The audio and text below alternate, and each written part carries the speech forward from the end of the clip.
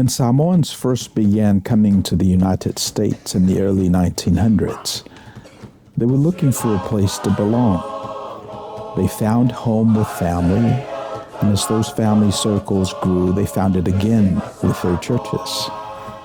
Over time, as Samoans became part of life in America, many found themselves living between two cultures, connected to both, yet not fully at home in either.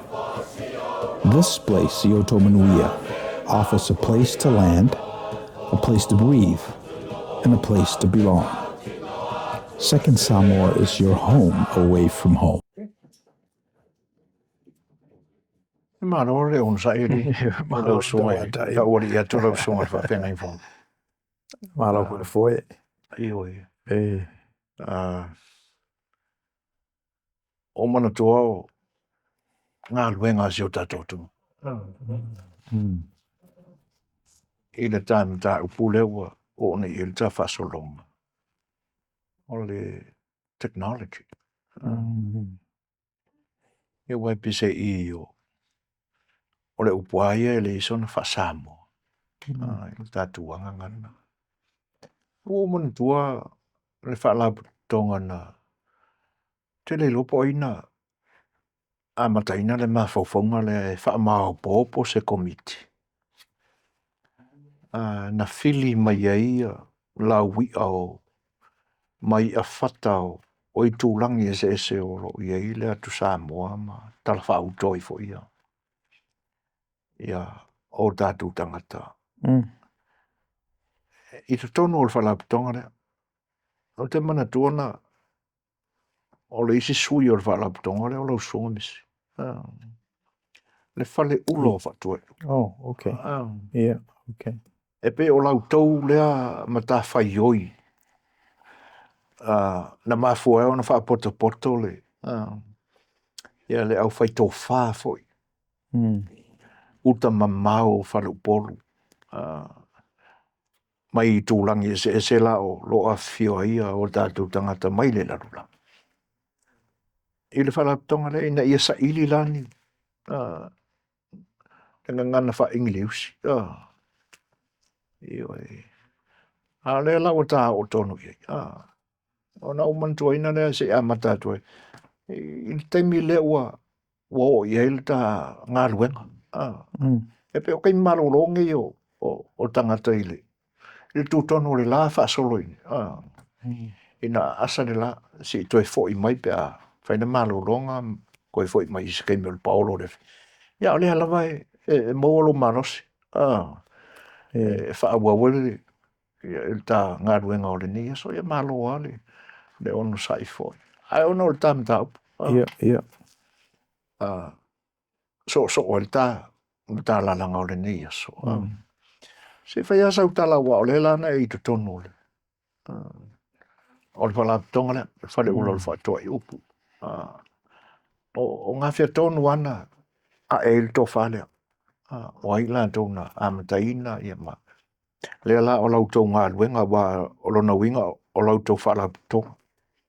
Na mafua na maua le whasamo ino le upule o le technology. Se whai sau ngonga. Ioi, o le technology e pe o le upuna le o te le na whaonga. Wai so singa ngana lawe tau na tupu maola. Whaonga o while tupu ma le ola I le whawhatuina o upu. Ia ma le talieina e le tunu o le nā whawhatunga o upu maola tau winga. So pe ngā ruenga nā sa whengai mātou le whale ulo whatui upu. E alal manatu e sea ia upu fo I Amerika. Pe o le conference nā sa uno foi, o le conference Amerika. Mātou ia e atu I nei. E se foi New Zealand, e se Samoa, e se Tutuila, e se Hawaii. So pe o le whauina nā o le whatamanu nā. E pe o la tau nā na langa ina ia le tele upu masa o utu vai fo I upu nā le upu le te whaonga ina so watu la mātou whaatu I le tua ma lo finangalo. O le upu nana o maua mai I whale ulo watu I upu. Le si upu e masa no, o le tau whamanino e replace philosophy le si nā upu na whawhatu mai nā. Le au te whaongaina pea o le pito filo e pei o le whasamoina na le theory langi soifua pe upuna o le wa mata ana na whaonga tele tangata ia pei na mata mai na ona whawhau mai le li ona tangata ia waro fo suanga va tele ia e lape ai tupe o le sal na me whingatai ale mo se grant a tatou i nei ngao ia le sanga i on whingatale on tūlele. Ai mana ia tele ia le wingo o whatamanu na e lo manatu o tau whauna o na langa i tatou fo i tupulanga. But back to our subject, or technology, le technology, e pei o se tō whamanino e whawhaingo fia ini mea o inai le o ngā samina nao lo whanau mai e innovation. Better, faster, cheaper. O le sina manulauti o le technology. Ia, tumantu ina le tala shuti nā fo e whamea mātou se laki o tō tupulanga e le tau hamo le tanga mea i le vai. Ia na tataila i o mea, ana mai le tantongi a tonu masini. Le sina technology le ua whaonga o te le oilopa o yeisi tamaititi tala vo o mafau fau whaelele a whaisatanga mea o nā mola i o se avenga i o le vai e tatama iai. Upea o masani la tō le technology. It's ia le imeli le si mea. So e lo manatu e a fia ai tātou i mei o lo tutupu. Le o langa o tangata o sta itasi. A tau peana tutuli au pū le study of tech. Technology, the study of tech. Ina ia whawhaingo fie. Ia ma taungo fie wharisui ma leo lau tangata. Ma whapela me tutuli au pū le iteration le o i nei o le technology. E ulawa ina tele ina taungo fie mea. Pele e fu ini tau. Ona e mena le te loe wana o i tatou la taungo fie mea. La whaingo fie fo i ona whaiwheau. Ia an whatau le robot al tangata i asfuli mawhe lo asfulu afe pe ona whaiele li leo i lan ma la tō vaenga. Ina sawala ia mai lau kofe, mai lau newspaper. Mai au wheau. Ioi. Swing. Ioi. Swing o le lalulangi ma. Ma me tutupu. O mana tuai le whainga e le atua o le tangata.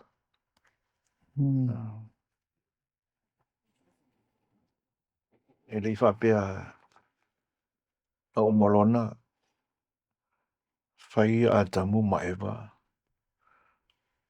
Ona e wia ina tātou mawale whamtalanga e li whaali so o mai e le. A peo le au tātou manino whaali a i le. Lepa we mantua i le talana i le technology. E tupu ai a matangi li wawa. Whaali fou mai le tua e tasauna zo a i misi. Ia. I le taimi, ma le taimi, ma le taimi.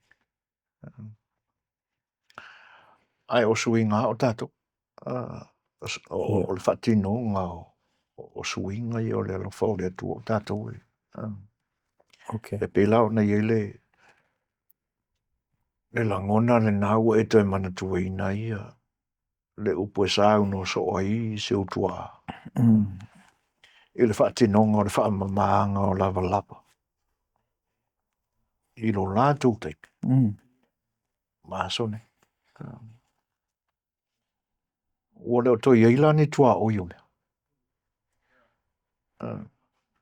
Whaititia. Whaititia. Tua oi.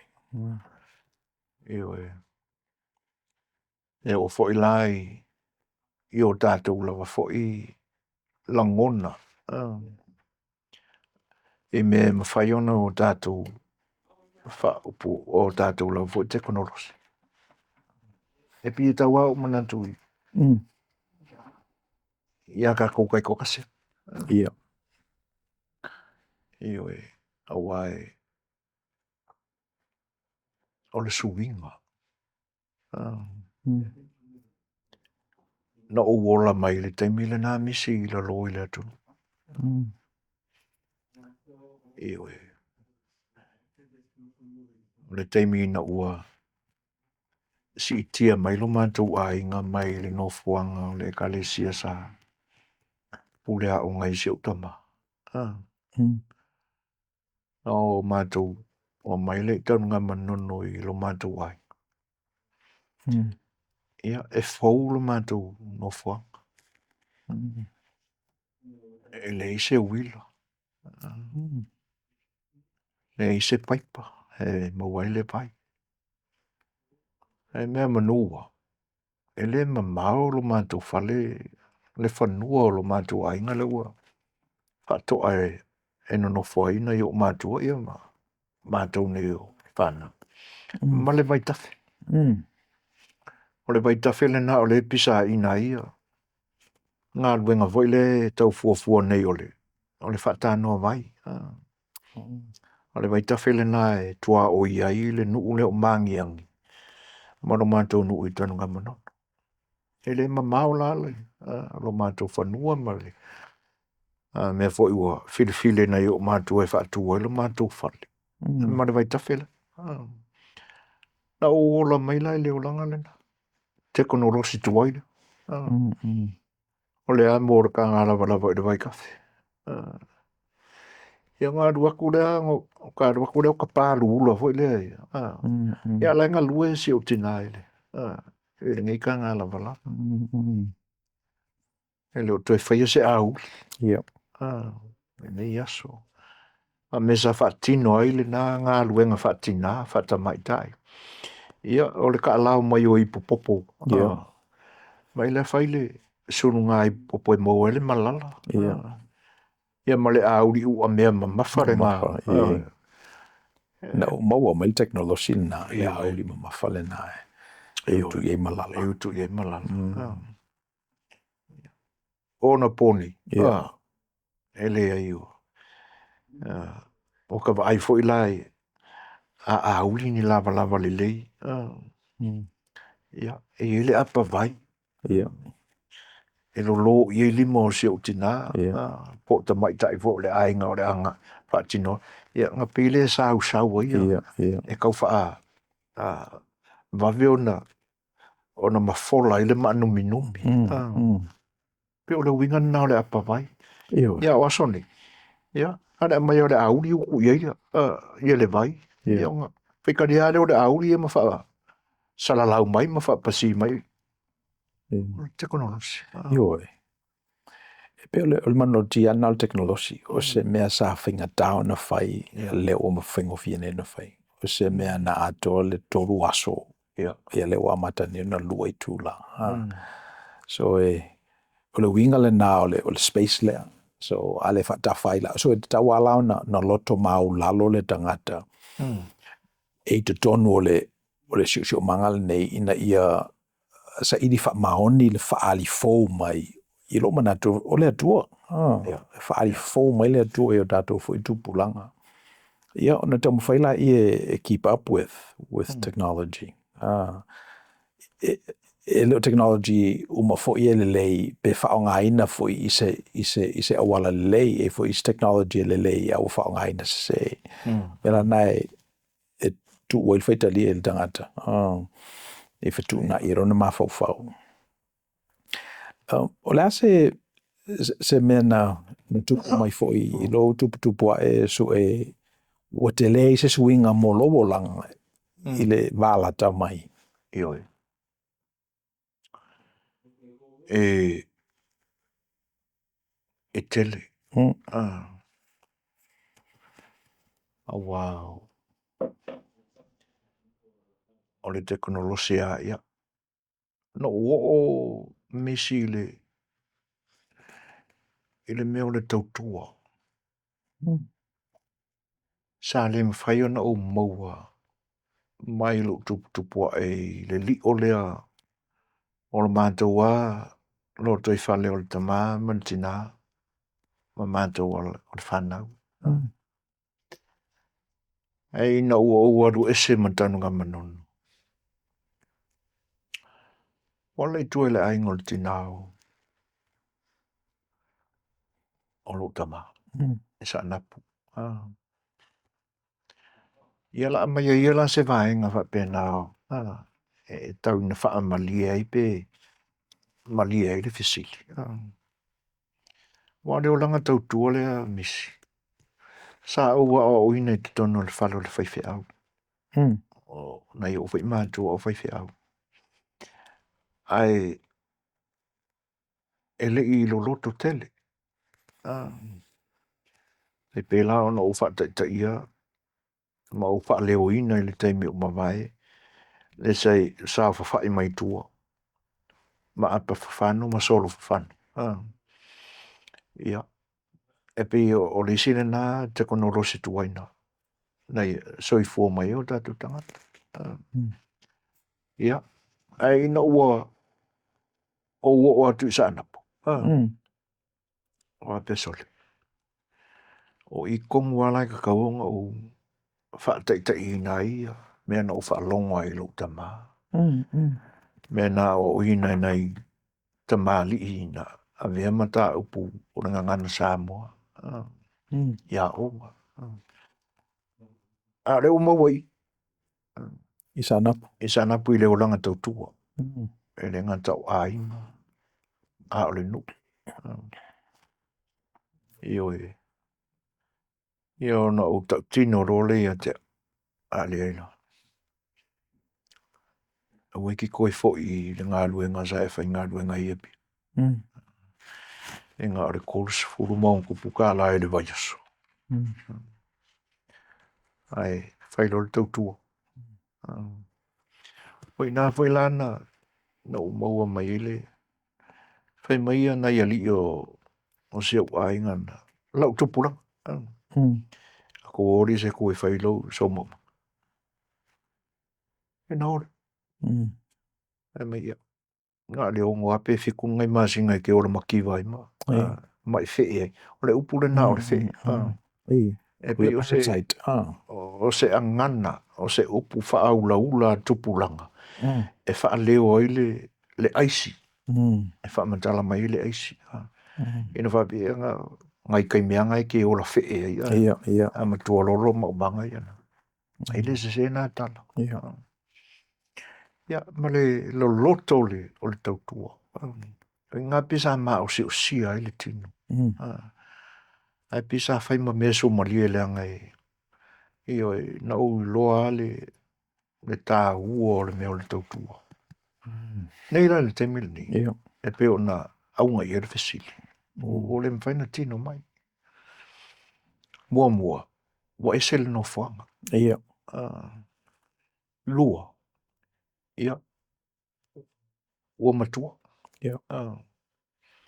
E leo tue mwhaina maua le no whanga le nei o no whai mea o lo whaatino I. Moi. E leo tue tutu sa whai langona ma manatu. Pea o pole. Ana apostolo. Aso lai titi matala wausa ma whau wapena. Ai ina ua matua. Ia wa ese hoi. Ia. Pea nai vaenga nai. Ioe. Tau mole tose. Ioe. So e pe o le technology lava le nāne e whamea o le tautua. E pe o le sina winga o le technology. There's an innovative part of technology that undergirds all of the development. So in other words, ale o yese tautua, ale o yese innovation. E whinga down na tupu se atinai, technology. So but me la nau mai tauine lau saunoanga e mana e pe apu e mai. Wa tu sala pe sui whainga. Sina lauao, sui no whanga, o le tusa tu la fono. Ai afa pela vai ele manatura na se tautua, se whaiso wao ngā, se I afu le moa uru. So o mela na ele mawhaiona ave sea pe afa pe mawe oe. And I think that's a major undergirdment of technology. Absent that, ele mawhailauna o na tutupu mea pe Silicon Valley. Afa pe e sawa oe ma amisi oe mena. Ele lola oe le tulunga ma economy nei awai o ese no whanga.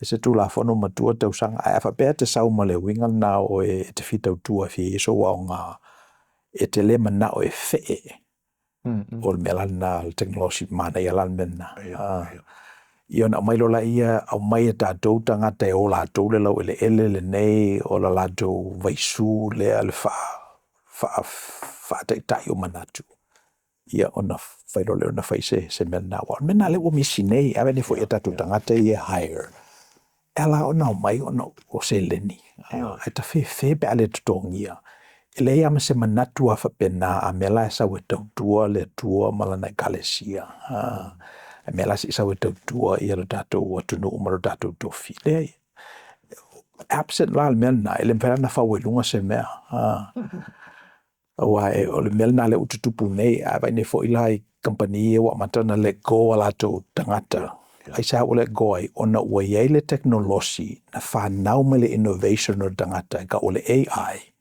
le ua replace ina nei tagata ia ua taumaua mai le aikia o le mea ae lē toʻatele tagata e mafaufau pe ona mafaufau ai lausuga si faisinaʻu tautua a o tagata la o latou mafaia na mafaufauina le mafaufauga lana philosophy lana manulautia lana tofamanino lana na le mai ai nei fe muvaʻi solo mea ua e vaai la i o laga o tagata ia e oso lo lava le la tuuloiluga a mataloa na toso le mea e lē faatalitali pe e istemi agalo ai le ai e istemi agoto a le la e istemi lefe mai lona toʻalua o le baseball game la tamai te tauna e iai a la toso a le mea ai se alaga e fiamanaʻo e faisina tautua se tautua mo le atua le company ona foʻi manatu faapitoa e le toʻatele lana tagata e manatu ai faapena a o lenei asete o California ma lenei atunuu o Amerika e encourage a latou le tuaiga mafaufauga lana as long as you're doing it within the confines o tulafono e mafai ana na fai alau tautua e taunuga so you have the basics pe faapea le mea lana lenei a oe tusala po ua matua le tagata o leu te whai atu langa le fwe o te no foi au le mea o le fwe o te iloa o le tele o projects hia na whai au te la vou sawa mai le mele na uwa ai le tautua lotu ma le tautua whea ngainga o tangata Samoa o tali e o matua o na ufa pero le man maua se te miava no tu fa fo ye le mele you know wala me ale man na that's why I get in the trouble langa e se foi la wa utautua e se foi ala wa u tali faitau i le lofo le tua e atea mo matou ia to lima i le matou wa ainga e to rua ma uana mai le scholarship Amerika Samoa o au ia mamafutanga le wo fo ma inei o te lo ilo ste mi to fo ia ma ua to e tautua i le tunu una fa scholarship ina mai ma ua i fafo o te lo blast mi o amatana matutua fo mitele tausanga au si mesia se i o wa nga i ro tatu tunu so le ala ia le innovation na mal manroti le na ya pangale o le utem fento foi i le tunu e fail tautua o mali liu foi i la tona na investi ro o langa a mera le ala interpenal malale nei ina ia pay it forward mo isi tupulanga o lo fai mai o lea foi o taeau ina se 15 minute te ai le wha ina fiafi e o toi fo mai fale e wa se fo ianga le Medicare i nei taimi okay wa ia isi company fo ia wala tu kau o ia ele mama fa o la tu ngadu o na o ila lo le o le Anthem Insurance o la utalo sanga la ia ele Anthem Insurance o te fia maua nisi specialist te se va ia le mai ua mai ia li tu tau matau o foli lo mata o lo mata Ona ua ova nei male. Ono tausanga. O utusa vali ai o le Harper i Carson Street. UCLA, Harvard UCLA. Ia. Ea whai e kuiero ma. Whaatolu na avea o ele awali i specialista le UCLA hapa. Ili kukongo le MRI. I mean, yeah. E whai mai e leise mea o la tau maua mafuaina, whaapea ia. Pau le la tau tali le whaamalie mai au, ia. Nga pau ai o le face stroke. La tau tau. E whai mai it's not more than 50 tangata i te tonu Amerika ato e maua le face stroke. It's a rare disease. Yeah. Ia o sile e ia. Awa mea ngau ko manga o nga momongo ia u kongo le whaakare. Awa mea nau tau suesu ea. E whaatolu na avea o e vai bea o le se tuma. Tuma voi le whai ai. Le ai. Pe le o se tuma i awanga. Ia, wane walau songa misima e whai o la. Ia ngau ia, anga i lungo. E ngā paile, suesu e ngana. Ino tangi le ma utalo sanga i le Anthem Insurance. Ia, o te mana am years a second option. Le lai watu ia, specialist ia i lo whale tai au e whakingo la appointment la. Ai pe o Tautua ia mea. Ona o mea o tutupu le taimi. Whai mai ia o ulangona i le taimi le ni. O le tau whinga o manatu malangona.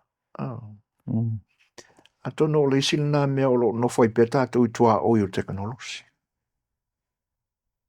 O tau maua mai. O tau whinga o manatu malangona.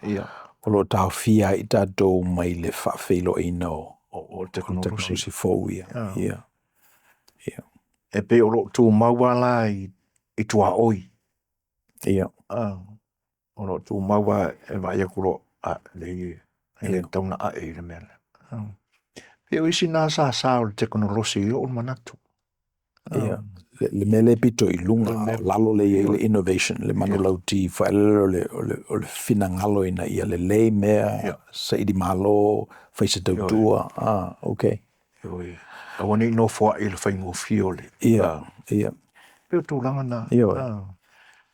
Manatu whaila le i le tautua. Ia. E uia e no vai atu o whaingo fie ia. Ia le pai mai o le teknolosi le ni teimi.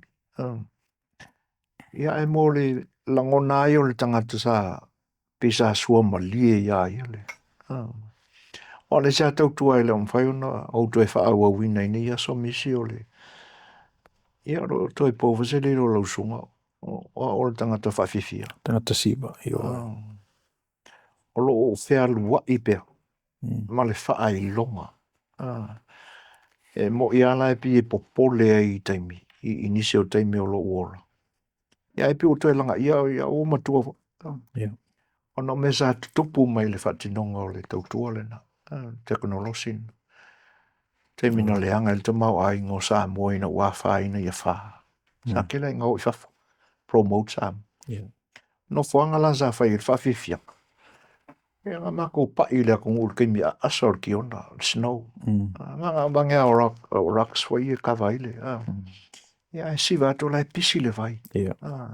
Marulu. Io e pia e a whaina i ala ia o wolofi vai vā ne vole. E pe o mena o le teimi o le teknolosi tuai. O le kau a vea le keimi. E wawe i ala o na o mari. Po le ala le pula malosi mo le aso le la e ka ki whalongo inga i o ka lofi vai le. Ai o teimi o le malosi. Sapa tino i awalanga o. Ia o aso ni. Ia o le koe malanga au whawhiwhi e o mawhaianga ku kongo o le internet mea umang. Whasara lau le whawhiwhi. E tātou company valele. o le official tourist. E whai le promotion le wa online umane. E pauale no fuanga le karuinga ianga. Tonu por whai umol to sanga den tetni. A whai le promotion a le official tourist mai la lo ia tātou i Amerika Samoa. I kai ele. Ia e pe olo o ia pe awala tuaina o le teknolosi. Ia no le manatu foi lea. Ele le ia le va ai mai o le whaali atu. Le ngatala o ata ma wha amatalanga. Ia ai te tawana na follow up ia porkalame whatino. E pe o le vaenga na manatu ai. I le ese senga o upu e wha mau. Ia ma upu e whatino. Tala noa. Tūri atu. E pe o ai vaenga na ua. Tau i langona e whaasoa i le teknolosi.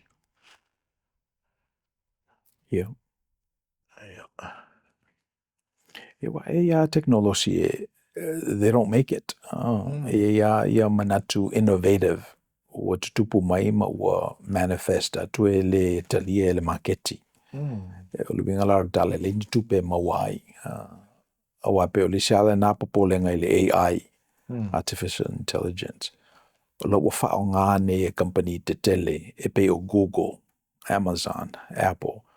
O na lei lo le leia lato le me whapatala lato whalawa le me o lo mawai lato tupe. O na alatu lo lei o le AI le adjacent. Whaawaveina ia le ilingo lato tupe. Ia o le taulale na e lay off tangata, e to ulu ia tangata. A mo compania ia AI ai le o iei se business model po se income justification. Ia whengtala walau na profitable ia company na. So ele o technology umai e talia. O mena taua ia le whainwhanongo longo i le marketi. Awa avatu neilau innovation, avatu technology manifesta tu lea ai kia. Ia ele whetau ia tangata. Ia pe talia fo tangata ele umi. Alfa te te ingon miller fax machine. Te munto ina fo ile te mina. Te leo fo ile na teknolosi. Ia le ule to e afa tau so fax machine fa beta me te pe se me o le anga ile udo. O le usola. E mo ile. So o le winga le na o le polenga na teknolosi. So e fa whengu fie mea, yes, but e tau fo ina i ele winga o le tautua le na mule tangata. Wa le se mea tangata e maua mai ia la foi. Pe fo lava ngana, pe fo lava nei prokalama. Alu waswanga o le vaatele ele se wharongo longo mai ia ta na unga manatu. Ia ono manatu le iwa tau tali taia. Tali tanu mela. Ole manatu misi. Ia. Se a mai i so fina ngalo. Whamatai ole ase ngalo e ngā ane kalesia. E whaila i le kele wawawe o kama ia e whaia mea ia o le technology la. Tūlei mai le i ai. A mai ia ro bakse serve ina ia mana ongo le tangata. Ia ole mea la tilitila i fe se mativa ole ai ele laulangi. Le luminai. Wale ole a vai ia mai tangata mai ngā ruenga. Ele ala se senga male mele fi e fa ki ngā uru le kolo aku fuele le se appointment a e kari mai le masingi le kanga. Ua tala noa mai le masini le tangata. Ia e alo rua le aini ngā luenga tangata e maua ia fa manuia ngai ola i le ai. Ale ala se tala ale kalesi e le mele. E la tau te whi. Ia, karuinga ia. Maua mai foi e niuse, le whai kau mai e le pelestene o le tuspai. Ma whai mai e lang kau kara. Ia, ka whaalongolongo ko ilai manatu o le nā foi ali o irongi. E la e whai ama whewhiloi mai na ia o onga wha. A o lato me e fai. E fau whaapitoa le teknolosi mō lato. O la se whina ngalo voi alau songa le whawhengi. Ioi. Se Pe ngalo o wenga la fesili o le ngaluenga le kalesia. I wa whalango le fesili na defining o le kalesia. Wai mwhai o nei e kalesia e pe e Tautua e ala tōria le whao popo ina o lato aseta. O e fwoi au lotu e pawale na o le mea ala i ona exist. O le whalafio tupe i le my tax. So it depend ala i le wingo le upu e kalesia. Le ngaruenga le kalesia. Sia tātou au lotu i nei. E pe e eilo tātou winga le na we're biblical. Whai tau antus pa ia. Vai aso, ma whasiripo le ale whasinonga le nganga pa ia. Ia e tātou. I ona tātou sāwa wali lola ia i le lalolangi i vai aso. So whalonglongo ala i tala i tau am whawai inga ma tangata i ule off mai ona o le technology. Ia le au te fie i loa se tangata mua tātou e release mai i le mele na layoffs na tangata na. Wai il tātou tangata ua maliu au whingaruenga i le one of the biggest retailers, Walmart. I le tunu nei ai ele i enta tangata ua whaina moni lava i le mele na. On the other hand, ua tātou whaongaina le technology, ua mawhai e ona tātou te peneina le malaile nei with less people. So le AI. So whaumi la lau tala, ona e mo ia e tawhatele le definition o le kalesia, but o leisia whatufunganga o le land lava i se tātou ta mai au lotu. Nei te i ua tātou tele i me te tele na ia ngalo ia i tātou le. Pe mele sao noa e foi, e tātou mesina. Nei te ua whataua e tātou mesina, ma le a whaina o mesina i whafo. Ia ai le o mai i nei ma e foi le a whaina nga o tātou mesina ese mai nei lo le a whaina o whafo. So le mea lai nai whai te lingo le fisiti o nai whapenale wingo o me ia. Ao o tula tātou le mele nei uma fisiti. O le se tātou tala e whai. O le sime o le. Ia ona tāua ro leo te talo. Tu di vai i le li. O telefo i lava ni instances o kau o i fo i le nā tolo. O tangata upu ai o le tolo nā o le se tala e whaia. Ona o le nā ue i loa. O le ai ali i le oi. O i le tua oi. Upuwela o tō ua pau le tua au mfua matu. O lingo ai. E ui aina. E moni le. E pi e wa aire manatu o le tele o suinga i nei aso. O suinga e mawhai ona la asia ai pāwailoto. Tua oi. Ia, whaatasi e masuinga e ili tata tele le tangata e o atulo iei. Ia. Alolona langona. E sopo le tua oi. Ia. Ia. Ai pangaleo. E le o iai se ata mai se whaatufunganga. Se malosi. E so sofa i le tua oi. Ia ona sololo leo le afu. Ia mapute isian. E whapera ia. Le koe. Tu ulo i le tu. Ia. Awai. E iare manatu. Fo i lea e moni e lau saunuanga. E fua ale manatu po le ale ngaluenga le kalesia le la fai mea i e suinga i wa i le lalangi. E fua ele malosi o mea i le kalesia. Ia wai. On tātou vai vai atu le tele ma le anono e kalesia i e le temile ni. E pe whape nā vai ala tō vai. O lo ai filo vai ai ama ma nai mea sina ia e tautala mani me ngau ina ne I sopoloa le pā o fualanga ai le whaaloalo I le li o ai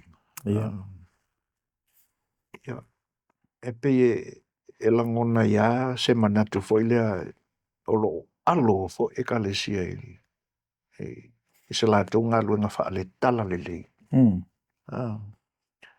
Antono ele o pō mala e le lato sila sila ia se mea matautia o le aalia li mai mea ia suinga ia we ia e nan wha pe nao o se langona ia e moni e la le saunanga ia e tau te awhea e le tātou pau sisima tō tūli le atua ina ia alofangia ia ia lo tātou vai I sopo tua oi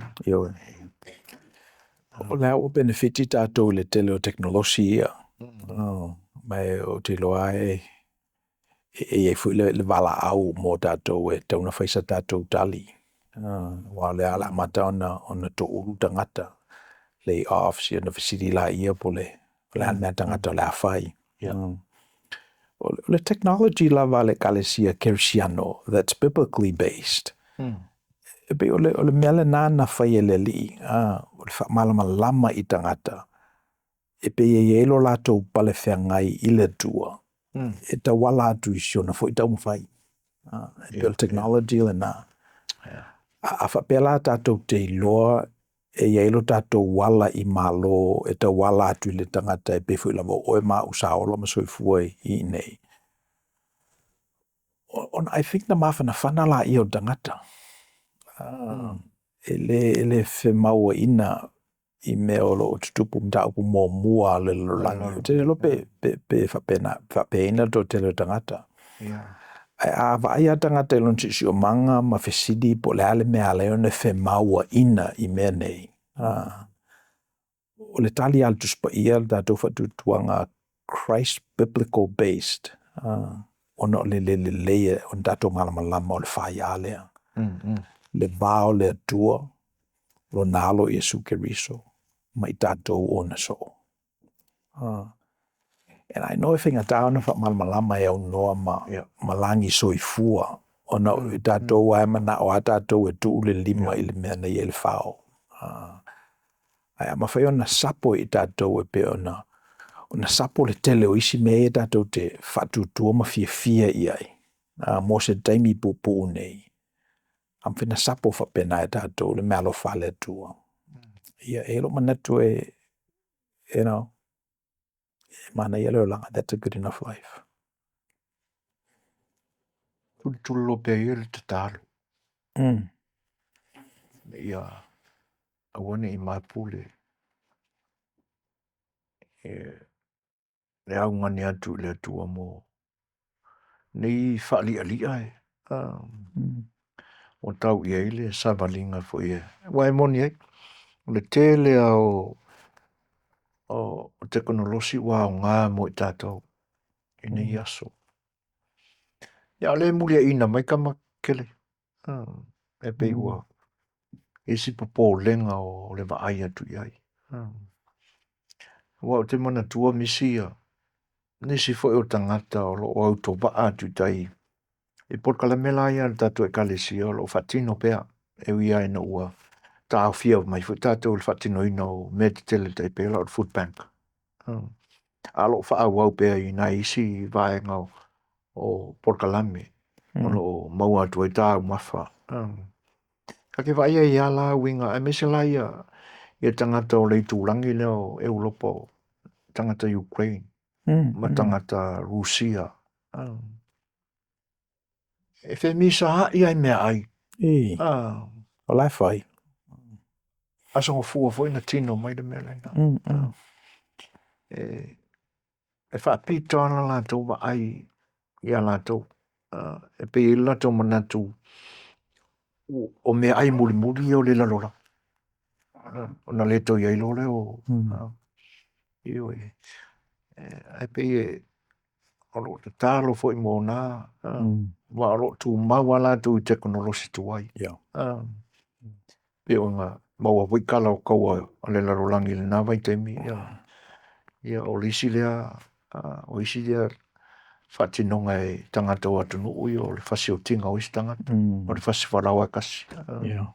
Ia o tama ai ia I mei e whai taimisi. E whao mai ai le lima. Rasonga fua, na te anei. O lai whai kau le e si ai toia ina Mexico. Ia whaamata langa o le pepper meat le. E whao mai ai le. Ia ngā mako kūma si a tātou tai whono lo wa aia mei. O whaamawhanga zi langa u kau kiki ange vo ira. Whako sa ia li. Pa wana mea whaftai ele o. Pe o wa ainga nai te kono rostu ai e tau ave mai e tangata ia. Ia, ele o ngalo fo le tata. Pe o ina e tātou te mapu ai. Ia, I tūranga ia. Moia lau o le wha moe whai ulta. Pa I le vaenga o le. Ue whamatala ne la tala na e pe o mantu e nai philosophies te tele lua. Scarcity and abundance. Scarcity o mena o mea e muri ai o langi tato woti ro le o mai na tato whaial pati e le tula I atele. Or abundance. There's enough to go around. E lava matu toile la whatuino. Ioi, whau. Tele mena no foile moto lo tama. So, mo tato wai o malamalama le mea, tato ese mai me le scarcity mentality. O technology tu wai le na le tau napa I na yo tato uso e ulopa na tato wai e tau na lilifa I tato I le abundance. So mena wo mantua ina. A anchor lai I le culture. E mana ia le temi le e toso mai ai le fala ava. Ona po lola ia o le fala I le tangata o le fola ina ma. Na whamela na tāsole. Kua kelenge I avali. Wa matua tele le mea. Wa lava matutoe le whaasoa. O le mela nau te mantua ina, te mi umai, o leito tono le tato culture, le mele, le philosophy of abundance. E le toso mai le fala avan whapesore. Kua le ngau makiseri I ngi fala li. Ua ongi le sasangari se vai ia mai ngi kunga se mimiki. E se tala whape nā lava lo do tupae whai mei. Si I runga le vi inga. Ma whai ua lava matutoe I avan I le fala. So mena wo mantua ina e tau lai ma pine ila tala noanga I le technology. O wala bani whaseina I tātou le melapito I lunga. Ia tau ave I tātou le innovation. Le manu lauti ma le maa pito silia na tau I lalo e tau lai lo tātou atunu. Ia ona le ta whea I o tātou tō whai le scarcity mentality. Ai utu I tātou le tamau aingo le tua mo tupulanga. Ma me muri la, e le mea tupu pe a tele mea. E sua I fo I isi mea ia include ai la le scarcity lea. E le mwhena whai vice versa. E le mwhena scarcity o en whamela ese tele mea. No. E tele mo mua mea. Ona sua ai la ia o vai elia. Ia, e peo nai manatu nai e taula ila tala langa ili nei. Tu lao le aso, e moti leo tulo whaftai lau sunga le li o au. O le pumoni lava ana o sau malo ana o au. Ia e pe o le patia le lima e tasi. E whaftai fo ilo lango sua mai le ngā luenga. Mwhaiona whaise leo la tā pati. Ile nei aso. E whaftai mu me uma. Mauro malosi. Mauro launga. Wani ngau to ope la fulfue. Ia, al tato prokalama na ile nei vai aso. E Manuia tel whaaso saunga al tato tunu. Ia o to o ona. Mai o to Manuia. Thank you for spending time with us. If you found this content helpful, please like the video, share it with others, and subscribe to the channel so we can continue bringing these insights directly to you. Manuia.